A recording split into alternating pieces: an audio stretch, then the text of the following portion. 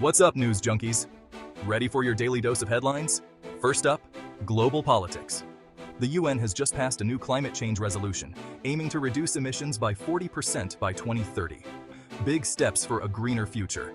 Next, sports fans, listen up. The World Cup qualifiers are heating up. Yesterday's match saw a stunning upset as the underdogs clinched a last-minute victory. Who doesn't love an underdog story? And finally, tech geeks, this one's for you. Apple has announced the release of their newest gadget, the iPhone 16. Packed with cutting-edge features, it's already creating buzz in the tech world. That's your quick recap of today's headlines. Stay informed, stay curious, and don't forget to like and subscribe for more daily updates.